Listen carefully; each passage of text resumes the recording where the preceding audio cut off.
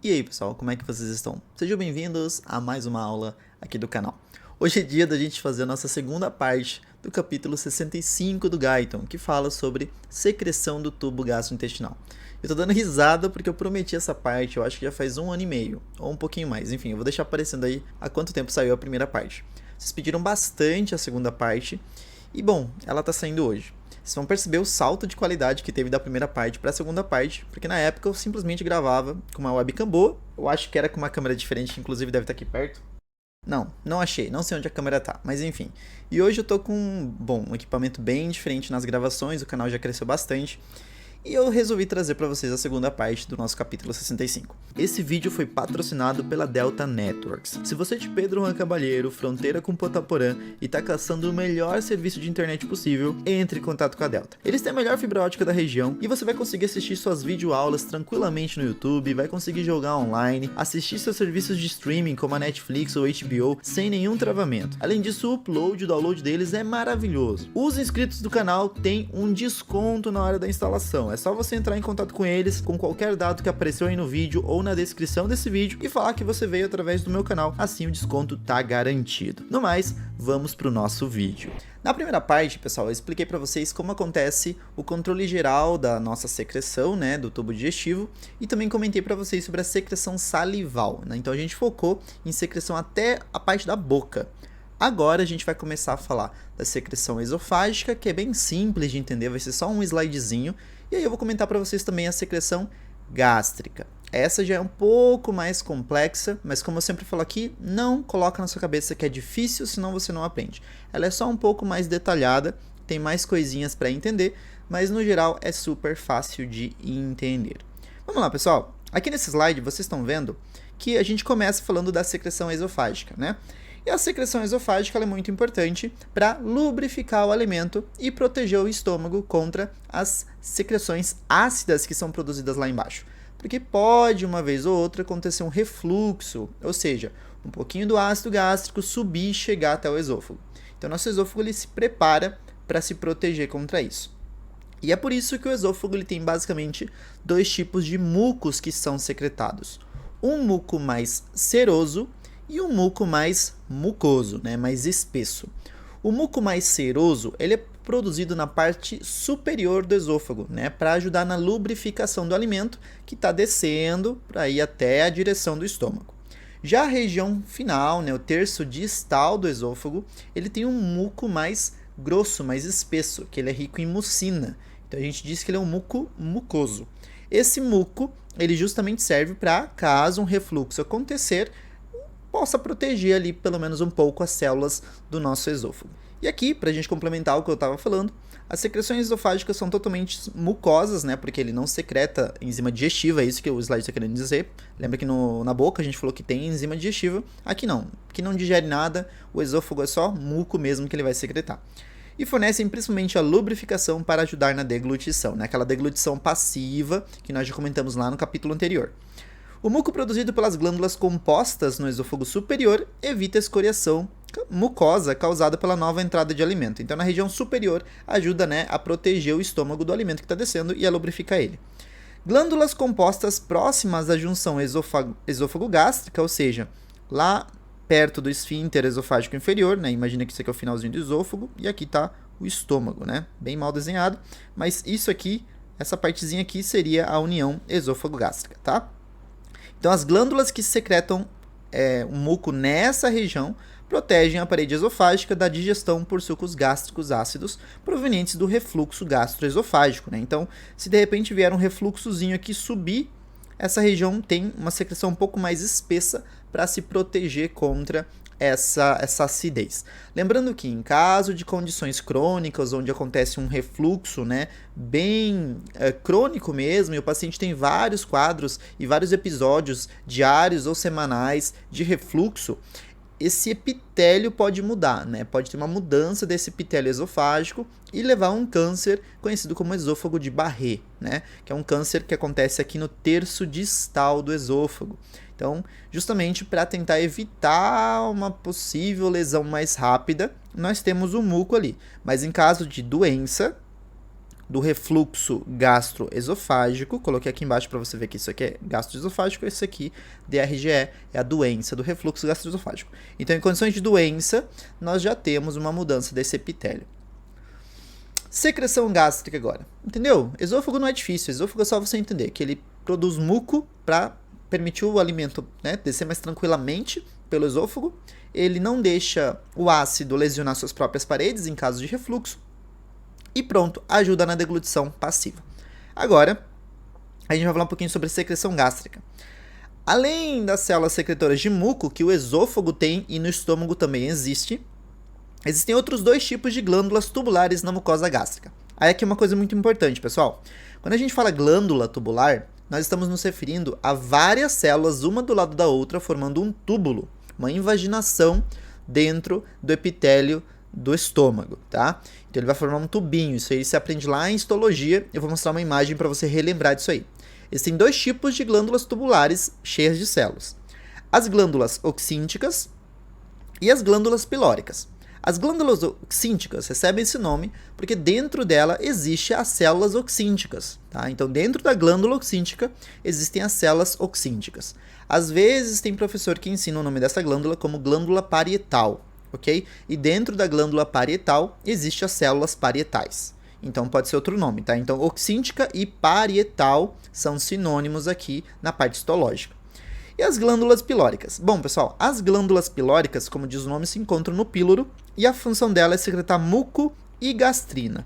A gastrina, vocês já sabem, né, que ela é secretada pelas células G. Se você assistiu minhas aulas anteriores, principalmente lá do capítulo 63, você viu que nós falamos que a célula G é a célula que está no estômago, principalmente na região do antro, né? Então a glândula pilórica a gente encontra um pouquinho no antro também, e ela consegue produzir a gastrina, que é um hormônio que estimula a produção de ácido clorídrico, tá? E aqui, né, a gente viu que a oxíntica, além de produzir ácido clorídrico, enfim, pelas células oxínticas que eu acabei de falar, ela produz outras substâncias, como o fator intrínseco e o pepsinogênio, que são muito importantes também para o funcionamento gastrointestinal como um todo, e para a absorção e degradação de algumas substâncias. Bom, aqui a gente está tendo um exemplo, né, da nossa célula oxíntica. Imagina, pessoal, que nós temos um tubinho, tá? Então esse aqui é o epitélio do estômago, a parte de cima seria o lúmen, tá? E aqui seria o epitélio. E aí o que que acontece? Ele vai formar um tubinho, ele vai descer. Aí esse tubinho pode ter umas invaginações, assim, né? Um monte de célula, na verdade, uma do lado da outra, formando essa estrutura aqui tubular. E essa estrutura tubular, ela tem, como eu falei, várias células, e uma das células vai ser essa célulazinha aqui, tá? Tá vendo que ela tem uma flechinha apontando para cá? Imagina que essa célula, ela tá aqui, ó. Ela tá aqui e essa flechinha tá sendo apontada aqui pro meio, tá? Bem pro meio desse lúmen, desse tubo, certo? Então essa célula, ela está aqui. Essa aqui é a célula oxíntica, ou célula parietal. É ela a que vai produzir o ácido clorídrico. Só para você lembrar, células secretoras, elas normalmente têm muitas organelas dentro dela. E uma das que mais existe dentro dela são mitocôndrias. Porque ela vai precisar de muita energia para produzir, gerar várias ativações de bombas na sua membrana, né? Várias bombas só de potássio, bomba... Enfim, a gente vai falar de alguns transportes que vão aparecer ali. E essas bombas são importantíssimas para poder formar a substância que ela tem que secretar. No caso aqui, o ácido clorídrico, tá? E aqui a gente tem outras glândulas, né? Então, repara, células mucosas. Por que chama célula mucosa do colo? Porque essas células normalmente ficam acima, elas ficam aqui. Elas ficam secretando muco o tempo todo para que esse muco venha para essa região e o ácido que está sendo produzido aqui embaixo possa sair sem lesionar o epitélio celular que está aqui do lado. Então a gente vai produzir muco e o ácido vai passando pelo muco para não lesionar as células que estão aqui, certo? Então é assim que acontece. Aqui para vocês terem uma ideia disso que eu falei para vocês, ó, isso aqui é a célula tubular. Na verdade, isso aqui são as células, né, que estão formando o túbulo. E isso aqui é a glândula tubular, certo? Então nessa glândula tubular aqui bem bonitona e várias células formando elas. Aí percebe que o livro ele mostra pra gente, né, que bem perto da superfície nós temos a célula mucosa do colo, como eu falei, elas ficam em cima, bem perto da superfície. Logo abaixo delas nós temos as células oxínticas ou parietais, que são aquelas produtoras de ácido clorídrico, então HCl aqui eu vou colocar para vocês. Lógico, as mucosas do colo produzem muco, né? E as células pépticas ou células principais são as células que vão produzir pepsinogênio. uma proteína muito importante, que depois ela vai ser transformada em outra substância, tá? Então, é isso que vai acontecer. Agora, vamos olhar um pouquinho sobre como acontece a formação do ácido clorídrico, pessoal. Isso aqui é muito importante, tá? Eu trouxe uma imagem lá do livro de histologia do Ross, porque o Guyton, eu sempre falo, né? Ele é incrível como é um livro maravilhoso, mas ele é péssimo em ilustrações. E aqui a gente tem um mecanismo explicado no Guyton com esses esquemas horrorosos e o mesmo mecanismo explicado aqui pelo Ross em uma imagem, para a gente entender como que tudo está acontecendo. Eu vou fazer o seguinte para vocês, ó. Eu vou explicar 2 vezes e aí você, se ficou com dúvida, volta um pouquinho o vídeo e vê de novo. Eu acho muito engraçado quando alguém comenta, mas você só explicou uma vez, sendo que a pessoa tem a opção às vezes de voltar o vídeo porque está assistindo gravado e assistir novamente. Então vamos lá, ó. Eu vou explicar uma vez. Então imagina que você acabou de comer alguma coisa e você precisa produzir ácido. Então, o seu corpo sabe que aquele alimento que chegou no estômago precisa ser destruído, precisa ser degradado. Como nós já falamos lá no capítulo 63, quando o alimento distende o estômago, a gente tem a liberação de acetilcolina, né, que é um neurotransmissor muito importante para tanto fazer um pouquinho do peristaltismo no estômago, né, para fazer os movimentos de mistura, quanto ele é importante para causar secreção de ácido clorídrico. Né? Então vai acontecer a liberação de acetilcolina, vai acontecer a liberação de gastrina, e todas essas substâncias elas vão em direção a essa célula oxíntica para produzir ácido. Então, como vocês estão vendo aqui nessa imagem, repara que agora a célula está mostrando assim, né, com a base para baixo e o ápice para cima. Mas entenda que essa célula está nessa posição aqui que a gente viu, tá? Então, lá naquela outra imagem, por exemplo, apareceu um risquinho aqui que é a membrana basal, certo? Então ela tá desse jeito, deitadinha de lado, ok? Só que aqui a gente subiu só para, né, ter um entendimento de como estão escritos os nomezinhos, igual aparece no livro, tá? Então para ler mais fácil os nomezinhos eu deixei nessa mesma direção. Bom, pessoal, histologia. Como essa aqui é uma célula epitelial e sempre embaixo de uma célula epitelial tem uma membrana basal, você tem que lembrar que embaixo de membrana basal existe tecido conjuntivo. E no tecido conjuntivo tem o quê? Vasos sanguíneos. Então imagina que daqui tem um monte de vaso passando, tá? Uns capilares sanguíneos que vão dar nutriente para essa substância, certo?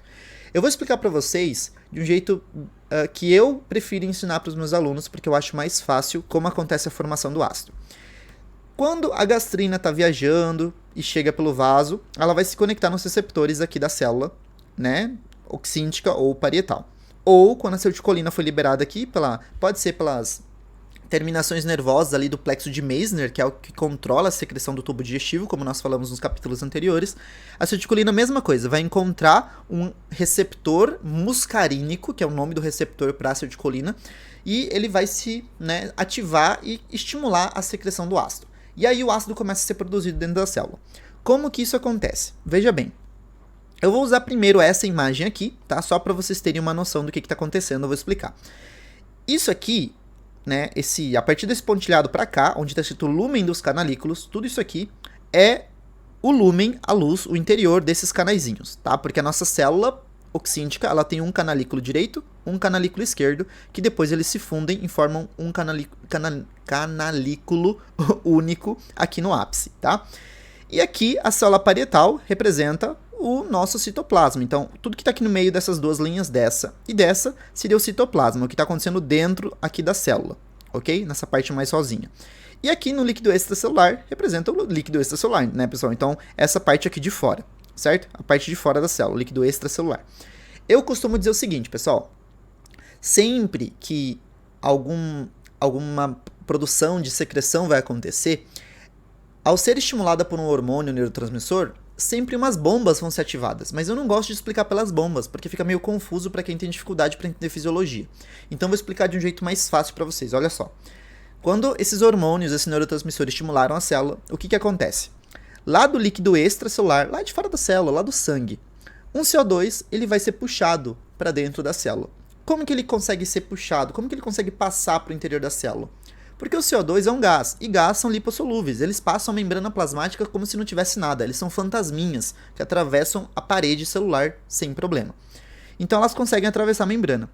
Quando o CO2 entra na célula, ele vai ter que encontrar alguém para reagir com ele. E olha o que acontece. Uma molécula de água que estava fazendo parte do citoplasma, porque nosso corpo tem água, ela vai se dividir em duas moléculas. Uma vai ser a molécula de OH, que é a hidroxila, é uma base forte, e outra é o hidrogênio. Agora, vamos focar só na hidroxila e o hidrogênio a gente vai deixar de lado, beleza? A hidroxila, pessoal, é uma base forte. E o que eu quero produzir? Um ácido. Eu não quero produzir uma base. Então, a minha célula tem que converter essa substância em alguma outra. Então, o CO2 vai se unir com o OH. Quando eles se unem, eles formam o HCO3. Repara, HCO2 mais O1, O3. Pronto. O HCO3 também é uma base, só que ela é uma base fraca, é o bicarbonato. Esse bicarbonato não serve para mim, porque o que eu quero secretar é um ácido clorídrico, e não um bicarbonato. Então, o que a minha célula vai fazer? Ela vai pegar esse bicarbonato e vai jogar lá para fora, ó, vai jogar lá para o líquido extracelular. Só que ela não vai fazer isso sem pegar alguma coisa em troca, porque a célula é esperta. Ela fala, eu vou dar um bicarbonato para o sangue, mas do sangue eu vou pegar um cloreto. E isso aqui quem faz é uma proteína de contratransporte. Então isso aqui, essa bolinha que vocês estão vendo, é uma proteína de contratransporte. Como ela é chamada? Proteína de contratransporte, bicarbonato e cloreto, porque o que passa por ela é bicarbonato e cloreto, só que em direções opostas, né? O bicarbonato sai da célula e vai para o sangue, para o líquido extracelular, e do sangue vem o cloreto e vai para a célula parietal, tá? Eu falo sangue para facilitar o entendimento, vocês sabendo que está vindo do sangue. Mas primeiro sai do sangue, depois vai para o interstício, né, que fica ao redor da célula, e depois para a célula, tá, gente? Então tá vindo lá do interstício e entrou na célula. Beleza, agora sim o cloreto está na célula. E o que vai acontecer? Esse cloreto, agora vamos acompanhar ele aqui embaixo, ó, o cloreto aqui, ele vai vir da célula e vai seguir o caminho dele até chegar em um dos canalículos, em uma paredinha perto dos canalículos. Lá naqueles canalículos vai ter um canal de cloreto. Isso aqui que vocês estão vendo é um canal de cloreto, tá? Então ele vai encontrar um canal de cloreto. E esse cloreto vai conseguir passar do canal para o canalículo. Então ele sai da célula e vai em direção a um dos canalículos. E ele começa a se concentrar ali. Repara a concentração de cloreto como fica alta ali dentro, ó. 173 miliequivalentes por litro. Até agora, em nenhum momento você viu no livro falando de uma concentração tão alta em algum íon. Sempre falava do sódio, que é 142 miliequivalentes no líquido extracelular e tal, mas aqui é 173. Bastante cloreto em um dos canalículos. Fica muito cloreto ali. Beleza. E agora, o que vai acontecer, professor? Bom, pessoal, vocês estão vendo que nós estamos tendo nosso hidrogênio que ficou paradão lá, nosso hidrogênio que ficou paradão esperando lá da reação da água? Pois é, nós para formarmos o ácido clorídrico dependemos de hidrogênio e de cloreto, certo? O cloreto já está lá esperando, agora só falta o hidrogênio, só está faltando ele. Como que a gente vai jogar ele lá fora? Bom, na hora que a célula foi excitada pela gastrina, pela acetilcolina, ela ativou algumas proteínas bomba na membrana, né? Como eu tinha falado para vocês. E a proteína que foi ativada é essa proteínazinha aqui, ó. Bomba de sódio e potássio. Como eu sei que é uma bomba de sódio e potássio, pessoal? Não é só porque eu tô vendo potássio e sódio lá, não. É porque eu sei que em toda bomba de sódio e potássio eu gasto ATP, sendo representado por esse P, que vocês estão vendo ali, esse fosfato.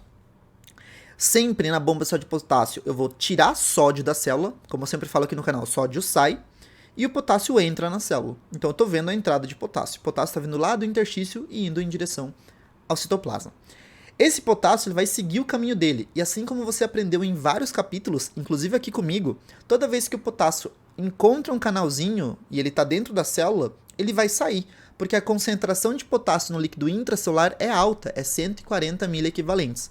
Então, abrir um canal para potássio, sempre o potássio sai da célula. A mesma coisa o sódio. Quando não é a bomba de sódio e potássio, quando não é a bomba, é só um canal, tá? Quando não é a bomba, abrir um canal de sódio, sódio entra. Quando não é a bomba e abre um canal de potássio, o potássio sai. É por isso que para que seja o oposto, para que sódio saia e potássio entre, a gente depende de uma bomba, ok? Então o potássio já está aqui dentro, ele vai encontrar um canalzinho e potássio vai ser levado a um dos canalículos. Sem ser o canalículo que está o cloreto, ele vai lá para o outro. Lembra que tinham dois canalículos? Então o potássio ele vem para outro canalículo.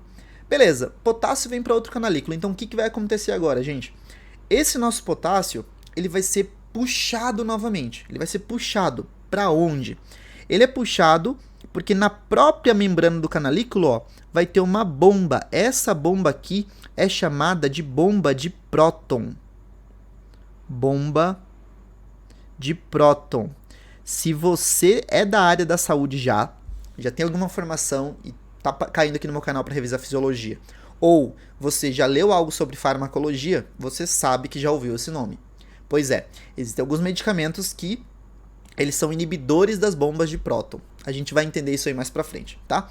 Beleza, então o que vai acontecer com o potássio? Ele tá num canalículo, ativou a bomba, ele é puxado de volta pro citoplasma. Olha que louco. Por que o corpo faz isso? Porque o corpo ele não consegue mandar esse hidrogênio para um dos canalículos sem ele puxar alguém de volta. O nosso corpo não tem um canal para saída de hidrogênio. Ele depende de um canal de transporte ativo primário, uma bomba, jogando alguma coisa para dentro e aí sim bombeando hidrogênio para fora. Então ele joga o potássio aqui para fora. Eu vou até escrever aqui, ó, por esse canal de potássio. Então isso aqui é um canal de potássio. Potássio concentra nessa região, daí a bomba puxa ele, essa aqui é a bomba, puxa ele, e esse hidrogêniozinho aqui que estava parado ali esperando alguma coisa acontecer, é bombeado em direção ao outro canalículo. Então em um canalículo fica cheio de hidrogênio, olha só, 155 mil equivalentes, e o outro fica cheio de cloreto. Ambos vão seguindo seus caminhos até que os dois canalículos se unam. E quando os canalículos se unem, eles vão se associar, formando o HCl, o ácido clorídrico. Não é difícil, não é difícil. É várias reações acontecendo, mas não é uma coisa difícil de entender. E só para a gente lembrar, como tem muito soluto aqui, ó, muito hidrogênio, muito cloreto, o que vai vir sendo puxado junto? Água. A água por osmose começa a sair dali e começa a se juntar com esse ácido. Por isso que o ácido é líquido, né? Ele tem bastante molécula de água, porque a osmose, a concentração vai puxando a água, certo? Beleza. Essa é a primeira vez que eu falei que eu ia explicar. Agora vai ser a segunda, que é um pouquinho mais fácil, mas eu sempre explico a mais difícil primeiro, pra gente entender que se eu consigo entender do jeito mais difícil, você aí em casa também consegue. Vamos lá pro jeito mais fácil agora, né? O jeito do Ross. Olha só, então minha célula ela foi estimulada a produzir ácido clorídrico. O que eu falei que ia acontecer? Por onde comecei o esquema para vocês, pessoal? Eu comecei pelo CO2, certo? Aqui vai ser algo parecido, só que eu vou usar a molécula de água, tá? Então eu vou começar por aqui, beleza? Então olha só, a molécula de água, aqui tá mostrando que ela estava em outro lugar, né? Tava entrando na célula, a gente não precisa, pode ser a molécula de água da própria célula, tá? Então a molécula de água da célula tá aqui e aí ela vai se dividir. Hidrogênio e OH, certo? O hidrogênio vai ficar esperando alguma coisa acontecer, ele fica paradinho, como nós falamos, que era esse hidrogênio aqui. O hidrogênio tá aqui parado, e aqui o OH.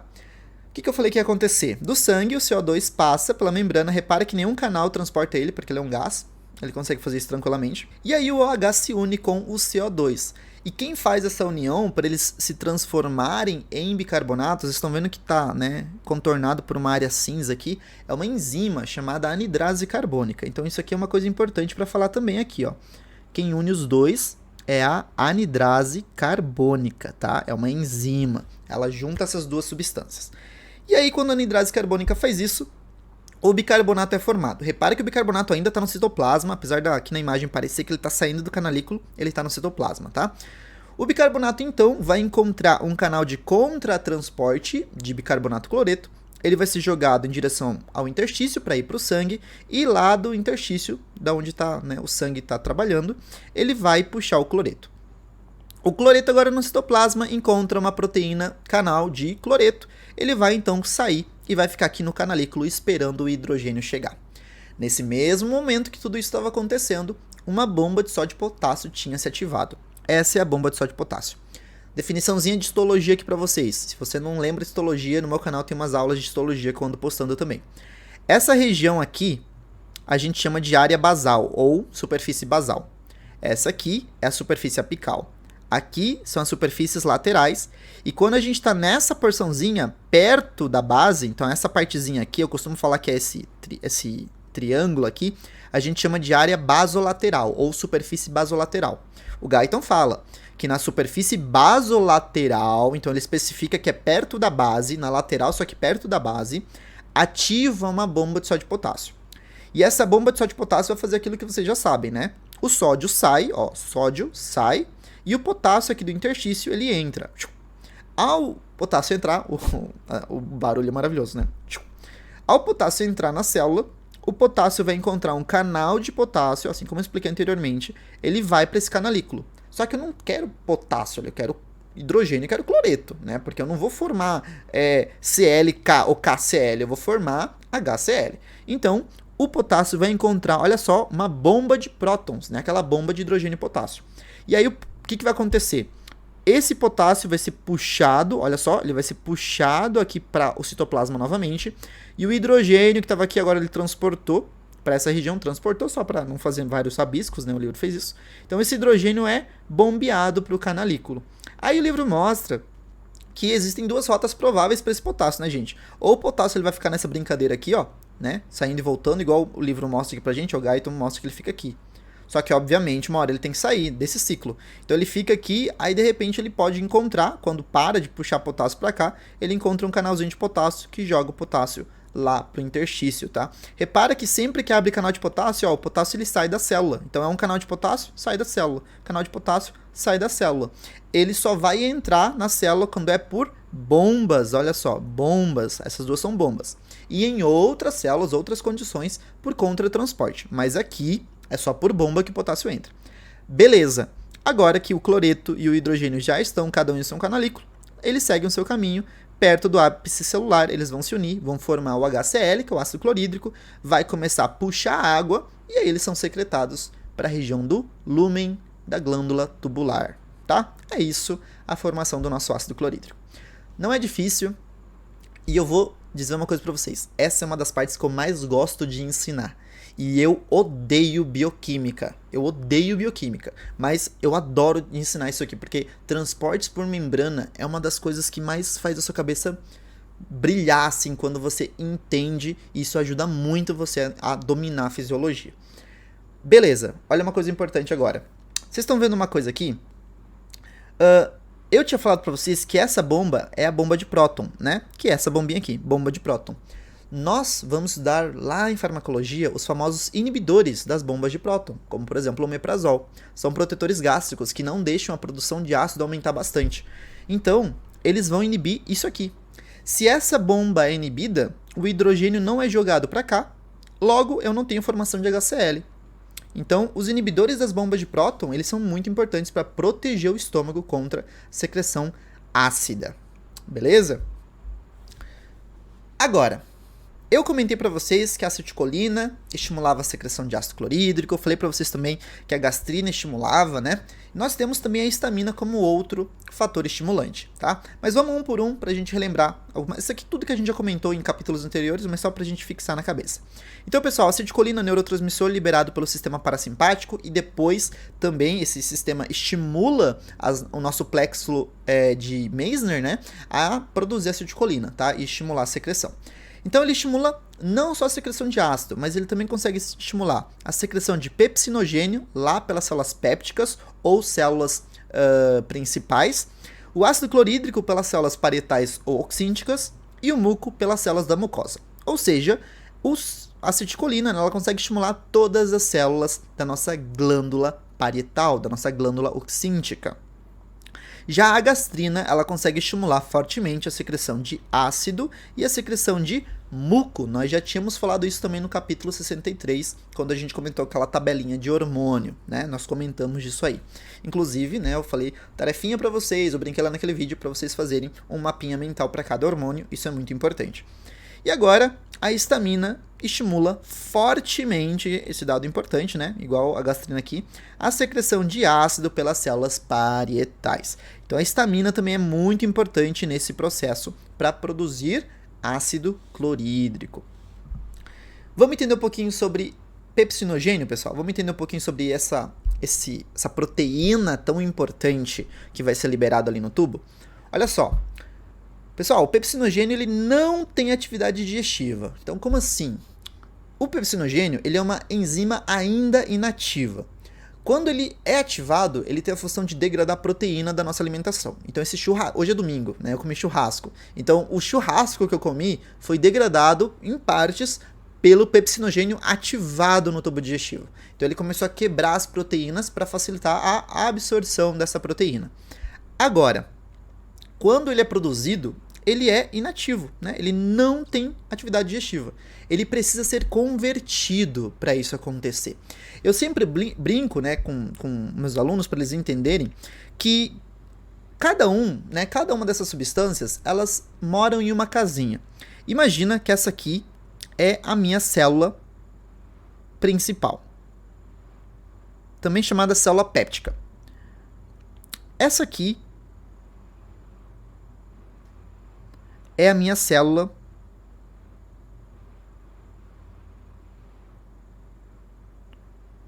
reconheceu, né?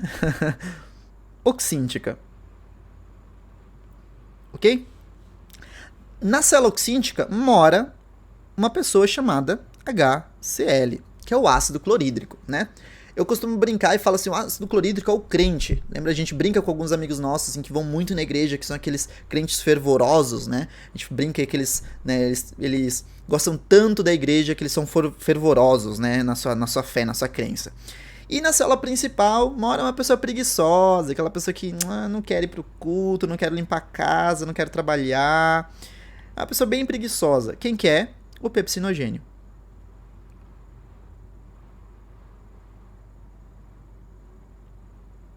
Pessoas bem diferentes. O que acontece? Quando ambos são produzidos e o poder ácido do HCl está alto, ou seja, tem bastante HCl, o HCl vai fazer aquilo que ele gosta de fazer em pessoas que não acreditam em Deus, porque ele é o crente. Ele vai fazer o quê? Ele vai converter. Minha época de igreja me ajudou a estudar, gente. Então ele vai converter o pepsinogênio. Quando o pepsinogênio é convertido, o pepsinogênio vai perder a parte preguiçosa dele. Ele vai perder o gênio preguiçoso. E aí o pepsinogênio se transforma em alguém chamado pepsina. Essa substância, né, essa pepsina, ela é uma enzima proteolítica, uma enzima que agora trabalha cortando carne no açougue, ou seja, quebrando a proteína que a gente acabou de comer.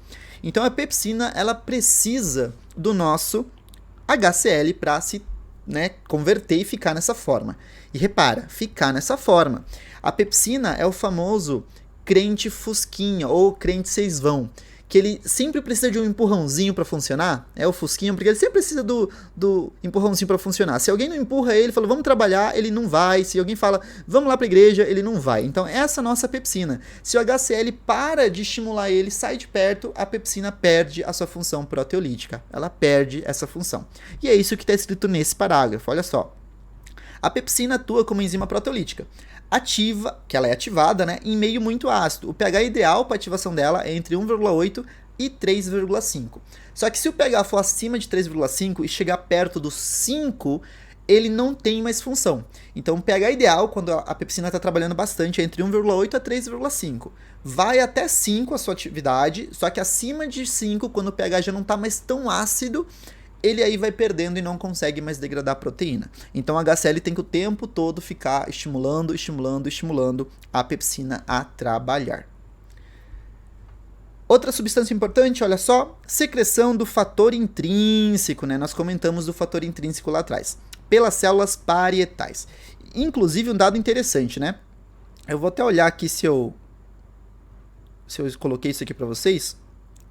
Aqui, ó, coloquei fator intrínseco, né? Então, fator intrínseco, ele já estava aqui, fator intrínseco, que ele é muito importante para seu trabalho no tubo digestivo, ok? E ele é produzido pelas células parietais, gente. A célula parietal é aquela que produz HCl. Então, é outro cara que mora com HCl ali dentro, tá?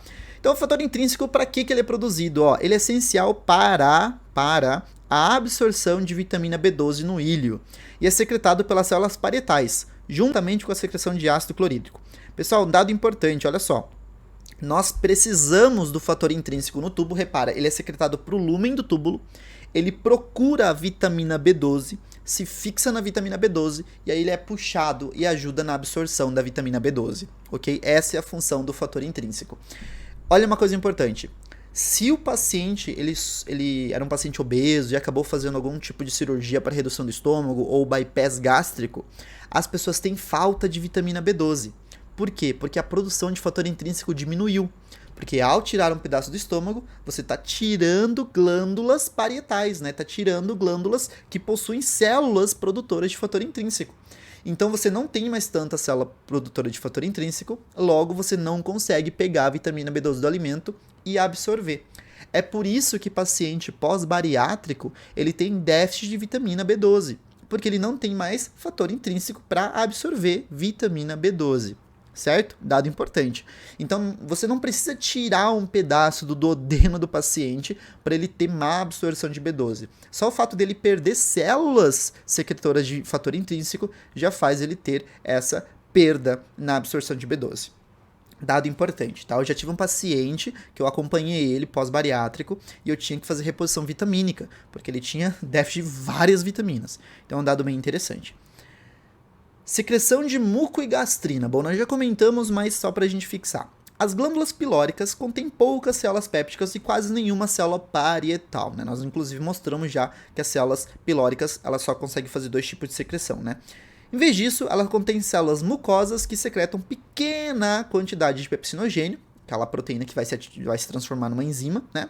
E grande quantidade de muco, ajudando na lubrificação gástrica e na proteção da parede gástrica.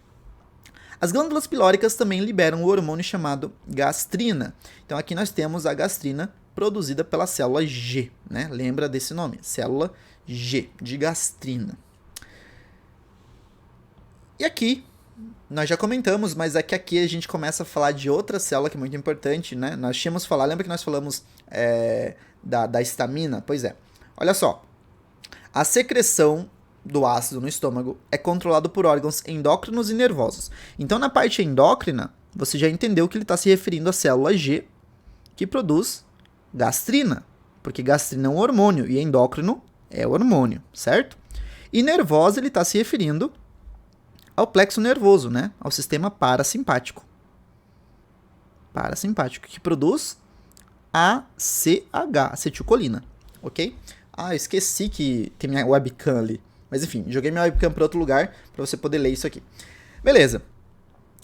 Além disso, além desses 2 sistemas, as células parietais, que produzem ácido, são controladas por outro tipo de célula, denominada células semelhantes às enterocromafins, ECL, célula semelhante a enterocromafins, cuja função primária é de secretar histamina, e isso é estimulado pela gastrina. Então olha só, a célula G produz gastrina, a gastrina, além de estimular a célula parietal a produzir ácido, ela estimula a célula semelhante a enterocromafim a produzir histamina, e essa histamina então vai lá para a célula parietal ou principal, na verdade é a parietal, que a gente está focando na parietal agora, né? Então ela vai para a parietal e ela estimula a secreção de ácido lá na célula parietal, ok? Eu acho que tem um esqueminha que eu coloquei mais para frente para você entender, mas basicamente funciona da seguinte forma: nós temos aqui a célula G, ela vai produzir gastrina. Essa gastrina vai em direção à célula parietal ou oxíntica, tá? Que é a mesma coisa. A célula parietal, então, vai produzir HCl. Ao mesmo tempo, a gastrina ela vai para outra célula, chamada célula semelhante a enterocromafins. Na verdade, eu vou escrever do mesmo jeito que a sigla, tá? Eu vou escrever ECL, tá, gente? Ó, ECL, tá? Que é a sigla para célula semelhante a enterocromafim. Então, ela vai lá para ECL, célula semelhante a enterocromafim. A célula semelhante a enterocromafim produz histamina. E essa histamina vai até a célula parietal para fazer o quê? Produzir ainda mais ácido clorídrico. Entendeu? Então é isso que vai acontecer. No final das contas, qual é a substância primária aqui? Gastrina. Certo? É a gastrina que está fazendo tudo. Mas é muito importante que a gente entender que a histamina ela tem um estímulo muito poderoso sobre essa célula para a produção de ácido aumentar bastante. Ok? Ela tem um estímulo muito poderoso para poder aumentar bastante. Beleza. E a regulação da secreção de pepsinogênio? Acontece por quem? Né? O pepsinogênio que é aquela proteína. Bom, são 2 tipos de sinais que vão causar o aumento de pepsinogênio. Primeiro, a acetilcolina, né, que vem tanto do sistema parasimpático quanto vem dos plexos. Então ali ele fala que existe uma estimulação das células pépticas por acetilcolina, que acontece pela liberação dos plexos, e estimulação de secreção de células pépticas pelo ácido do estômago. Então, pessoal, uma coisa importante é você entender que o HCl ele consegue estimular a célula principal, que é onde mora o pepsinogênio, a secretar pepsinogênio. Só pra gente completar aquela nossa historinha que eu fiz aqui pra vocês assim. Essa historinha aqui. Olha que dado importante. Lembra que o pepsinogênio é uma pessoa preguiçosa? Uma proteína preguiçosa que não quer trabalhar? Ele não quer nem sair de casa, ele quer ficar em casa jogando videogame. Pra ele poder sair, o HCl que foi secretado vai até lá, estimula ele, ó. Estimula. E aí a célula principal, opa, foi estimulada, secreta pepsinogênio. Só que aí o pepsinogênio não tem função. Então ele depende da conversão do HCl, né, para transformar o pepsinogênio na pepsina, que é a enzima trabalhadora que quebra a proteína. Ok? Então isso aí é muito importante a gente entender que teve esse estímulo. Ok. E a nossa secreção gástrica, o nosso estômago, quando ele vai secretar qualquer uma das substâncias que a gente falou até agora, ele tem 3 fases. Isso é muito importante, inclusive eu fiz uns stories comentando. Eu vou ter que fixar lá no meu Instagram, porque eu esqueci de fixar.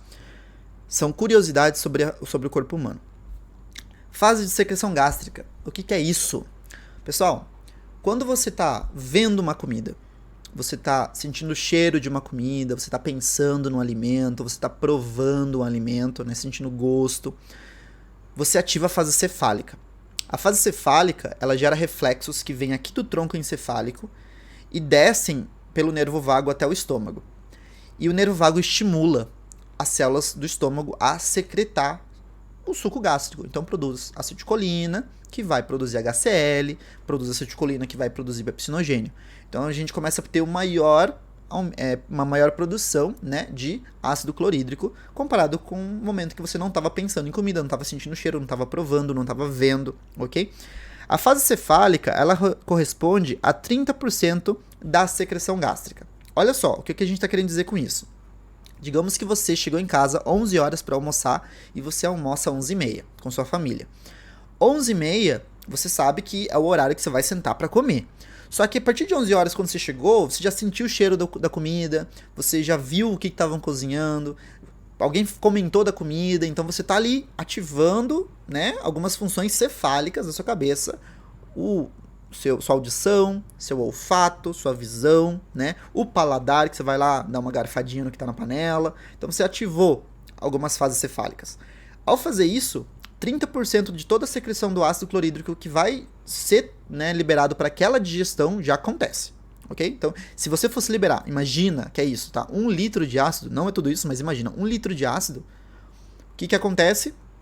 Esse 1 litro, 300 ml, corresponderia à fase cefálica. É isso, tá?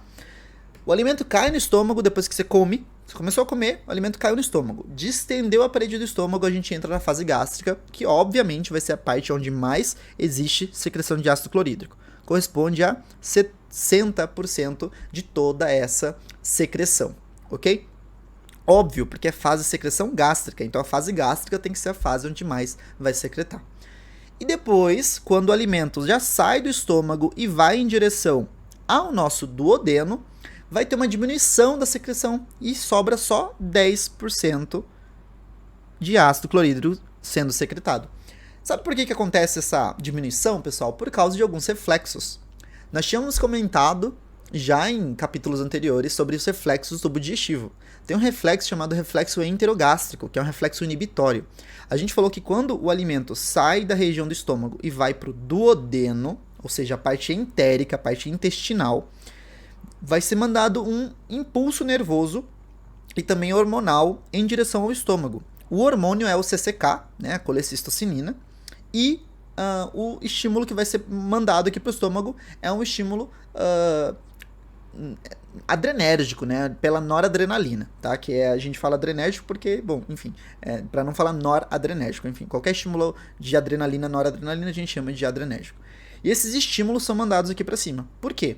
Porque a gente quer parar o esvaziamento do estômago, porque se já está dilatado o duodeno, significa que eu tenho que esperar um pouquinho esvaziar para voltar mais, né, liberar mais alimento do estômago para o duodeno, e também porque eu tenho que entender que esvaziou um pouquinho o estômago, então eu preciso produzir menos ácido. Por isso que o CCK vem para cá diminuir a produção de ácido, ok? Então, reflexos acontecem para diminuir essa produção de ácido. E aí sobra uma pequena secreçãozinha de 10% ali.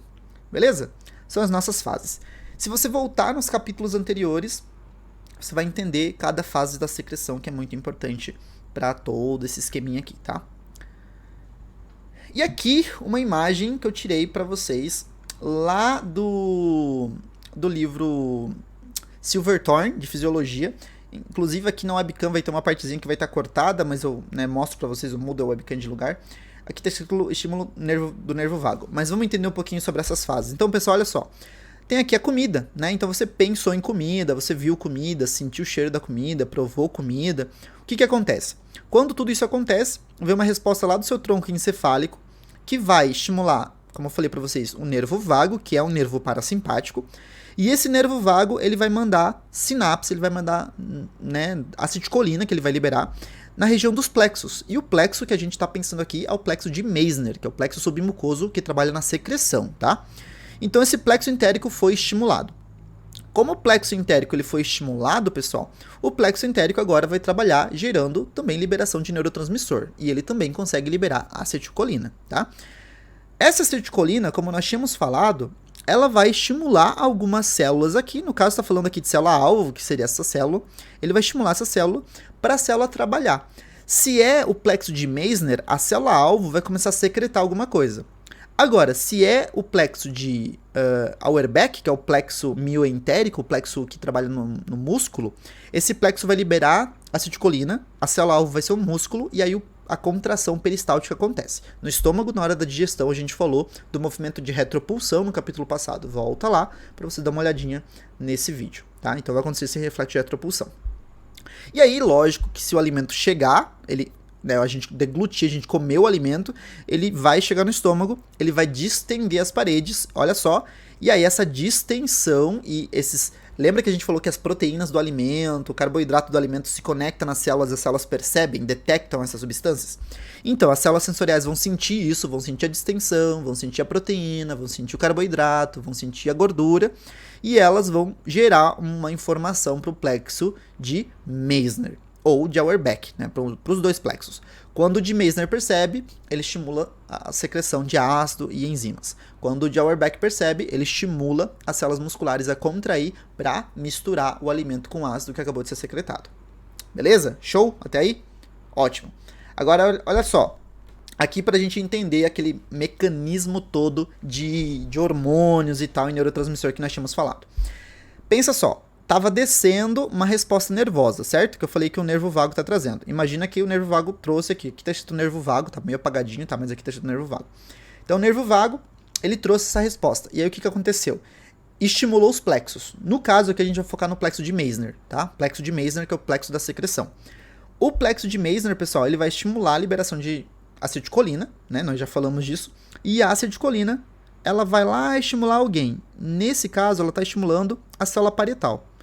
A célula parietal vai produzir HCl, vocês já sabem. HCl, aqui está mostrando só o H, não sei porquê, mas enfim, é o ácido clorídrico, tá?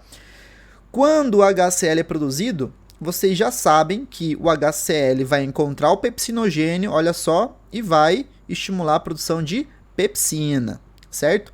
Olha que legal essa flechinha aqui que vocês estão vendo, ó. O ácido, ele gera um estímulo sensorial e esse estímulo vai lá para a célula principal para ela liberar pepsinogênio. É aquilo que eu comentei para vocês. O ácido clorídrico, que é aquele crente fervoroso, ele estimula a célula principal a produzir pepsinogênio, para que a célula principal libere essa proteína e então o ácido possa converter a proteína na pepsina, para que a pepsina consiga quebrar a proteína da comida, tá?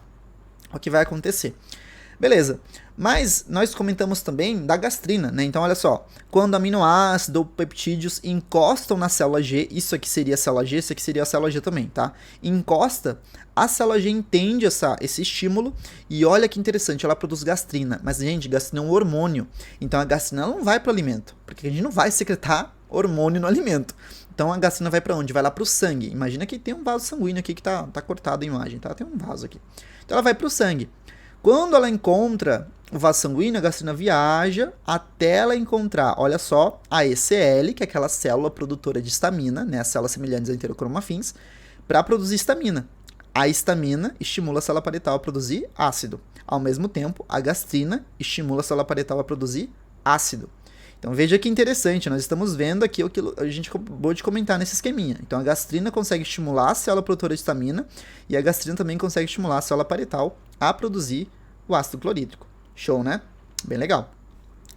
E agora que nós já temos isso acontecendo, para a gente finalizar esse nosso esquema, o hidrogênio, o ácido clorídrico, né?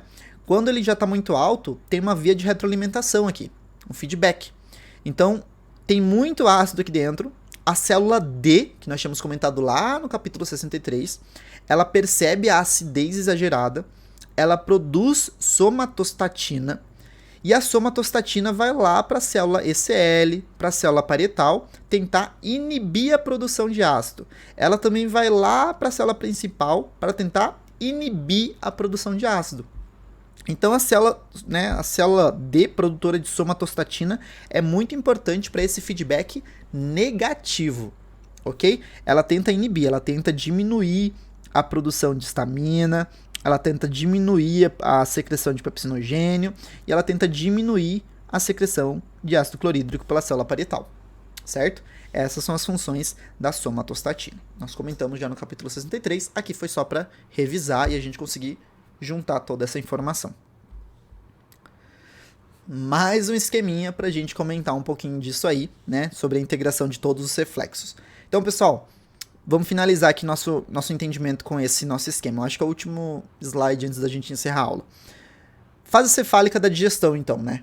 Aqui chama de fase de antecipação. Legal. Então, o estômago está sendo antecipado, ele está se preparando, produzindo ácido, para que depois, quando ele vá secretar o ácido, né, na hora que o alimento chegue, já tenha uma quantidade suficiente de alimento ali para poder digerir aquele ácido, né, para poder digerir aquele alimento.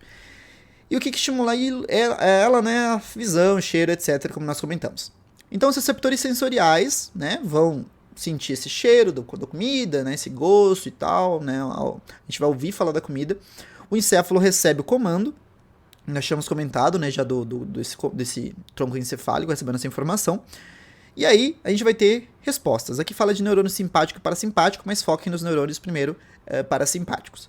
Então, a gente vai ter uma resposta lá para os neurônios entéricos, ou seja, é uma informação do vago, então imagina que isso aqui é o 10º par, X, mandando lá para os neurônios do plexo, né, dos plexos. Aí, esses neurônios dos plexos vão trabalhar em cima do músculo liso e das células exócrinas. Se for músculo liso, é o plexo de Auerbach. Eu vou até colocar aqui em cima. Se for em cima das células exócrinas, que produzem a secreção, vai ser o plexo de Meissner, tá? Porque Auerbach é o que controla o peristaltismo, Meissner a secreção. E aí, isso vai causar mudança na motilidade, ou seja, se for parasimpático, a mudança vai ser aumentando a motilidade.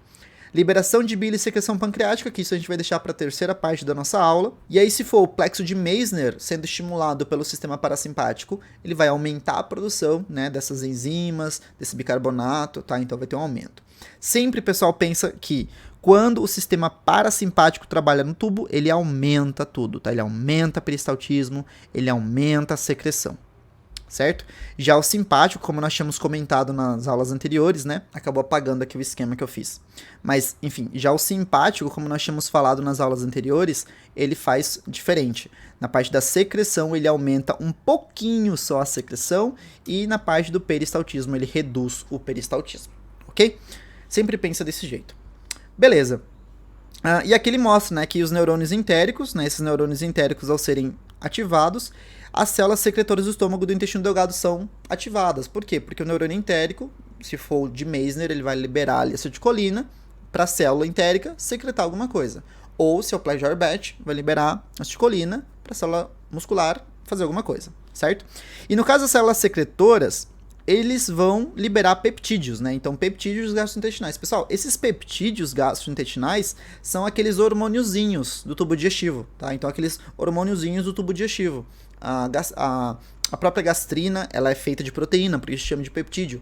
A somatostatina, a secretina, a colecistocinina, tá? Então esses daí são os peptídeos gastrointestinais, tá? São os peptídeos que vão trabalhar, são os hormônios do tubo digestivo que vão trabalhar ajudando em todos os reflexos. E repara que eles são importantes para fome e saciedade, nós falamos lá atrás. Eles são importantes também para aumento ou diminuição de insulina, de glucagon. Nós tínhamos comentado tudo isso lá na aula do capítulo 63, tá? Para essa aula não virar uma revisão do 63, volta lá naquele capítulo, na parte que eu explico dos hormônios, tá bem detalhadinho, apesar de fazer tempo já que eu gravei, tá bem detalhadinho, ok? E como que eu vou inibir a secreção gástrica? Você já sabe de todo o esquema de produção de ácido e tal. E de inibição eu comentei, agora a gente vai encerrar essa explicação. E esse reflexo enterogástrico é aquilo que eu expliquei para vocês, que é quando distende a parede do duodeno ou chega a acidez no duodeno, que é o nosso quimo, ele vai mandar uma resposta nervosa lá para o estômago, uma resposta adrenérgica, mandando diminuir o peristaltismo, diminuir a secreção, e assim a gente não vai ter mais uma grande produção de ácido. Na presença de ácidos, gorduras, proteínas ou qualquer fator irritante no intestino delgado, porque o intestino delgado no seu epitélio tem várias células ali detectando o que está dentro do tubo, detecta ácido, gordura, proteína, e aí a secretina vai ser uma das substâncias produzidas para inibir a secreção. A secretina não é a única, vai ter a secretina, vai ter o GIP, né, que é o peptídeo inibidor gástrico, é um peptídeo muito importante para inibir a secreção gástrica, o peristaltismo gástrico. Vai ter o VIP, o polipeptídeo intestinal vasoativo, que nós já tínhamos comentado ele na parte de peristaltismo, tá? E a somatostatina também é muito importante para inibição. Então, no geral, se alguém perguntar para você quais são as substâncias que inibem a secreção gástrica, você vai falar que são essas aqui: secretina, somatostatina, peptídeo inibidor gástrico e o VIP, tá? Lembrando que o CCK tem um pequeno papel também na parte do peristaltismo, tá?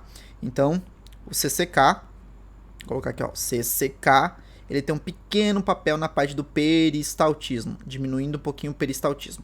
Ele é muito importante na contração da vesícula, né? Da secreção de bile e tal, mas ele tem um papel importante também diminuindo o peristaltismo do estômago, certo? Vou tirar aqui a flecha, o peristaltismo aqui, tá? Então ele é importante para isso. No caso do peristaltismo da vesícula, ele aumenta.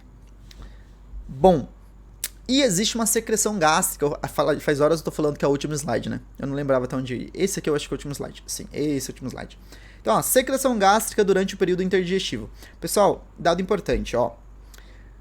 O estômago secreta poucos ml de suco gástrico por hora durante o período interdigestivo. Ou seja, você nunca vai estar com o estômago cheio de ácido. O seu estômago não fica boiando em ácido e tampouco você fica com o estômago totalmente sem ácido. Sempre você está produzindo um pouquinho de suco gástrico, que é o período interdigestivo, quando você não está comendo nada. Isso acontece para a célula sempre estar trabalhando um pouquinho, sempre você está causando uma pequena secreção e ela não atresiar, ela não perder a função, então ela está o tempo todo produzindo um pouquinho de ácido, tá?